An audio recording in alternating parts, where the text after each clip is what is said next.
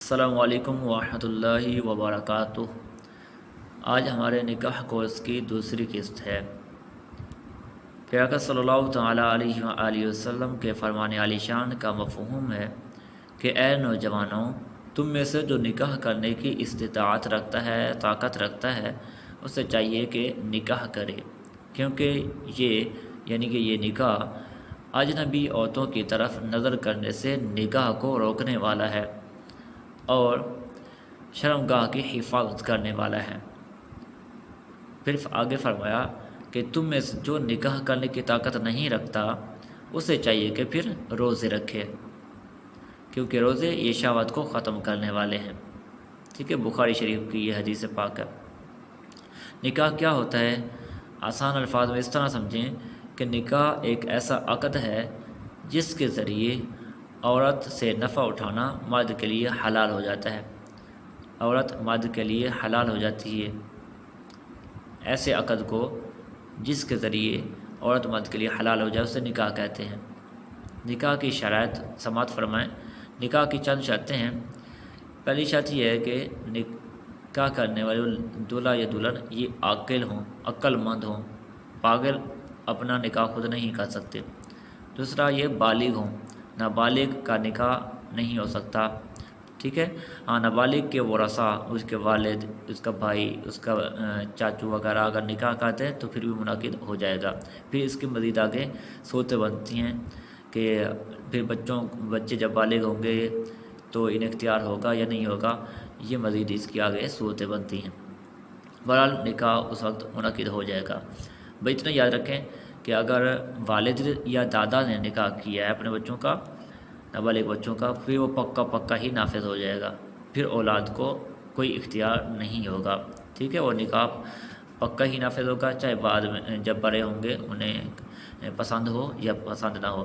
بہرحال بہتر یہ ہے کہ آج کل جیسے حالات چل رہے ہیں، چھوٹے بچوں کا نکاح نہ کیے جائیں، جیسے وہ بڑے ہوں گے تو اسی وقت ہی ان کے نکاح کیے جائیں۔ بہرحال اگلی شرط یہ ہے کہ نکاح گواہوں کے سامنے ہو۔ ٹھیک ہے، اور گواہ نکاح کے الفاظ کو ایک ساتھ سنیں۔ گواہ نکاح میں دو ہیں، یعنی کہ دو مرد، اور دونوں عاقل ہوں، عقل مند ہوں، اور بالغ ہوں، نابالغ چھوٹے نہ بچے نہ ہوں۔ ٹھیک ہے، دو گواہ ہوں، دونوں مرد ہوں، یا ایک مرد اور دو عورتیں۔ صرف عورتوں سے نکاح نہیں ہوگا، صرف عورتیں گواہ نہیں بن سکتی، کم از کم ایک مرد کا ہونا لازمی ہے، اور عورتیں کم از کم دو، ان کا ہونا لازمی ہے۔ ایک عورت یا ایک مرد اس طرح نہیں ہو سکتا، ایک مرد دو عورتیں ہوں یا دو مرد ہوں، اور یہ گواہ جو ہیں یہ نکاح کے الفاظ کو ایک ساتھ سنیں، اور نکاح ایک ہی مجلس میں ہو۔ ٹھیک ہے، آن لائن نکاح نہیں ہو سکتا، ہاں آن لائن کی پھر یہ مختلف صورتیں بنیں گی۔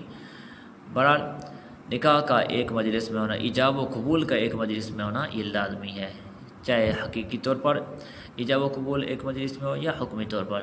مثال کے طور پر جیسے ہمارے ہاں ہوتا ہے، دلہن عموماً نکاح کی مجلس میں نہیں ہوتی، تو ایک بندہ جاتا ہے، دلہن سے اجازت لے کے آتا ہے، وہ دلہن کا وکیل ہوتا ہے، اسے دلہن کا وکیل کہتے ہیں۔ پھر وہ آگے دلہے سے ایجاب کرتا ہے، دلہا قبول کرتا ہے، تو یہ وکیل جو ہے دلہن کا، یہ گویا اب دلہن ہی کی جگہ ہے۔ ٹھیک ہے، تو تو اس اعتبار سے ایجاب اور قبول ایک ہی مجلس میں ہوا کہ دلہن کی طرف سے وکیل موجود ہے اسی مجلس میں اور دلہا خود موجود ہے، یا دلہا موجود نہ ہو، دلہے کی طرف سے وکیل موجود ہو اور دلہن اسی مجلس میں موجود ہو، اس طرح بھی ہو سکتا ہے۔ یا اس طرح بھی ہو سکتا ہے دلہن بھی موجود نہ ہو، دلہا بھی موجود نہ ہو، دونوں کے وکیل موجود ہوں۔ ٹھیک ہے، فون یا آن لائن نکاح کرنا ہے مثال کے طور پر، تو دلہن سے بھی اجازت لے لی جائے اور دلہے سے بھی اجازت لے لی جائے، ان کا دلہن کی طرف سے بھی وکیل بن جائے اور دلہے کی طرف سے بھی وکیل بن جائے، اب وہ دونوں وکیل ایک ہی مجلس میں موجود ہوں۔ دلہے کا وکیل کہے کہ میں اپنے موکل کا نکاح فلاں عورت سے میں نے اپنے موکل کا نکاح فلاں عورت سے کیا، جس سے بھی کر رہے ہیں، اور جو دلہن کا وکیل ہے وہ بھی کہے کہ میں نے اپنی موکلہ کی طرف سے یہ نکاح قبول کیا، اس طرح بھی ہو سکتا ہے۔ ٹھیک ہے۔